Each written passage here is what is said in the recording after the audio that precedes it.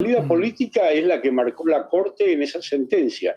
En esa sentencia de la Corte hay dos términos que están reiterados muchas veces a lo largo de la sentencia, que son coordinación y concertación. Eso es lo que tiene que hacer el gobierno nacional. El gobierno tiene que concertar con las provincias, tal como manda y tal como ordena la Constitución Nacional, las medidas para enfrentar la pandemia, pero no tomarlas por sí mismo. Además, ese proyecto de ley es una repetición, es un copia y pegue textual del mismo decreto que la Corte Suprema declaró inconstitucional. Entonces, insisto, no es por ese lado. El camino está marcado en la sentencia de la Corte Suprema, cuando la Corte dice que nuestra carta de navegación tiene que ser la Constitución Nacional. Lo que hay que hacer es concertar, coordinar entre el gobierno nacional y los gobiernos provinciales para que cada uno, en el ámbito de sus competencias y de manera coordinada, adopten las medidas necesarias para combatir la pandemia. ¿Por qué cree Pero usted? Insistir con algo que ya la Corte les dijo que era inconstitucional, realmente, insisto, es un alzamiento que viola la esencia de la república en la que vivimos, que implica, entre otras cosas, la división de poderes. ¿Por qué cree usted que insisten tanto entonces? ¿Cuál es el objetivo? La verdad que ojalá yo supiera por qué insisten tanto. No lo sé y no lo entiendo. Eso lo tiene que explicar el gobierno. Pero mandar al Congreso un proyecto de ley que repite textualmente y con errores groseros como aquel que todos conocimos de llamar a los gobernadores delegados del Poder Central y cosas por el estilo. Insistir con un proyecto que la Corte Suprema les dijo que era inconstitucional, yo realmente no sé en qué cabeza cabe ni cuál es el sentido de eso. Lo que tiene que hacer el gobierno es seguir las pautas que la Corte Suprema marcó en ese fallo, que por otra parte no tienen nada de novedosas, que es concertar y coordinar con las provincias las acciones que son necesarias para controlar y, en la medida de lo posible, desterrar la pandemia, que es algo que, por supuesto, todos quisiéramos. Pero también hay, en ese sentido, diputado, algunas acciones que por ahí no coinciden, ¿no? No se ponen a veces de acuerdo con los parámetros epidemiológicos, cuando la incidencia de la ocupación de camas, cuando la cantidad de contagios, la circulación del virus. Hay análisis diferentes según los distritos y también, en definitiva, la estrategia debe ser colectiva. Pero preguntarle en ese sentido también por el rol que tiene el COFESA, el Consejo Federal de Salud, la articulación que van teniendo los distintos ministerios de salud en una estrategia colectiva, si le parece que por ahí también hay alguna posibilidad de coordinar un poco más eficazmente y también la comunicación de esos parámetros a la sociedad para que pueda acatar las medidas. Miren, mientras el gobierno mantenga la actitud que está teniendo frente al problema, es imposible solucionarlo. Fíjense un detalle. El ministro de Educación, que yo no sé todavía cómo le da la cara para continuar en el cargo, dice que está perfecto y está muy bien y aplaude que Kicillof restablezca la presencialidad en las escuelas, pese a que él unas horas antes había dicho que no estaban dadas las condiciones, y sin embargo critica la presencialidad en la ciudad de Buenos Aires.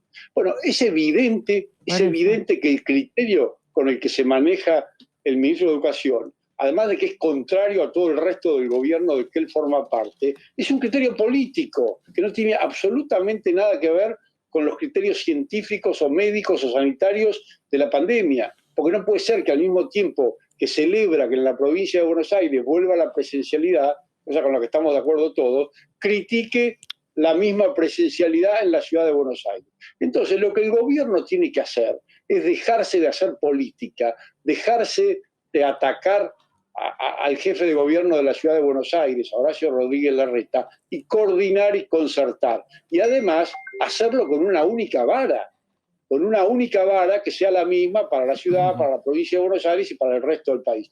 Pero esto no es así, esto no es así. La prueba más cabal de esto, insisto, es la actitud y las declaraciones del ministro de Educación. ¿Y la ley que a esta eso altura del partido no podría resolverlo? Reír de la sociedad, porque el gobierno hace todo lo contrario de lo que él dice. Y eso no podría resolverlo, digo, el texto de la ley que establece esos parámetros, ¿no podría por lo menos achicar esos desentendimientos o esos parámetros diferentes? Digo, en términos sobre todo de establecer criterios comunes. Los criterios comunes no necesitan de una ley. Los criterios comunes de lo que necesitan es de un diálogo sincero, de un diálogo verdadero, de un diálogo fecundo entre las distintas jurisdicciones. Ahora, insisto, mientras el gobierno se maneje con este criterio de que todo lo que hace Kicillof en la provincia está bien, pese a que la provincia es un desastre, y que todo lo que hace Horacio Rodríguez Larreta en la ciudad está mal, cuando todos vemos que es exactamente al revés, mientras el gobierno mantenga esta actitud, es imposible resolver el tema. Lo que el gobierno tiene que hacer es cambiar la actitud, dejar de guiarse por cuestiones políticas, guiarse por cuestiones y razones científicas y sanitarias, y tratar a todas las jurisdicciones de la misma manera y tener ese diálogo sincero, honesto y fecundo que no ha tenido hasta ahora.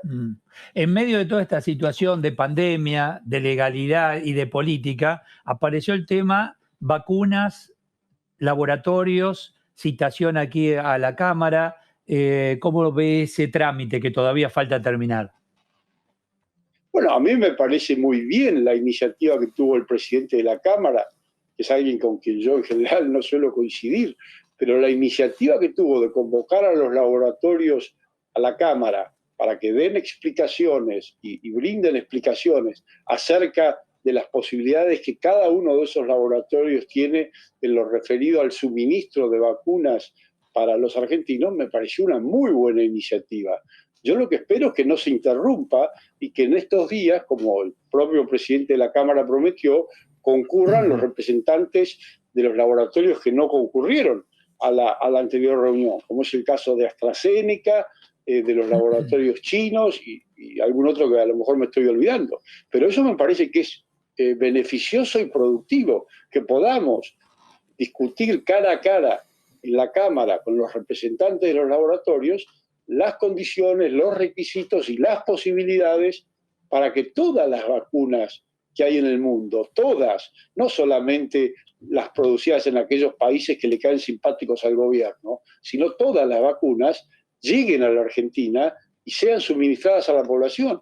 Hay un dato, por ejemplo, que es muy importante. La única vacuna que en el mundo está aprobada y probada para ser aplicada a los menores de edad es la vacuna Pfizer. Sin embargo, el gobierno sigue negándose a la posibilidad de que las vacunas de Pfizer lleguen al país. Bueno, esto, entre otras cosas, tiene el efecto de que los menores, aún aquellos que están en situación de riesgo por distintas comorbilidades, por distintas enfermedades preexistentes, no puedan vacunarse. Bueno, a mí me parece un crimen realmente que el gobierno actúe de esta manera.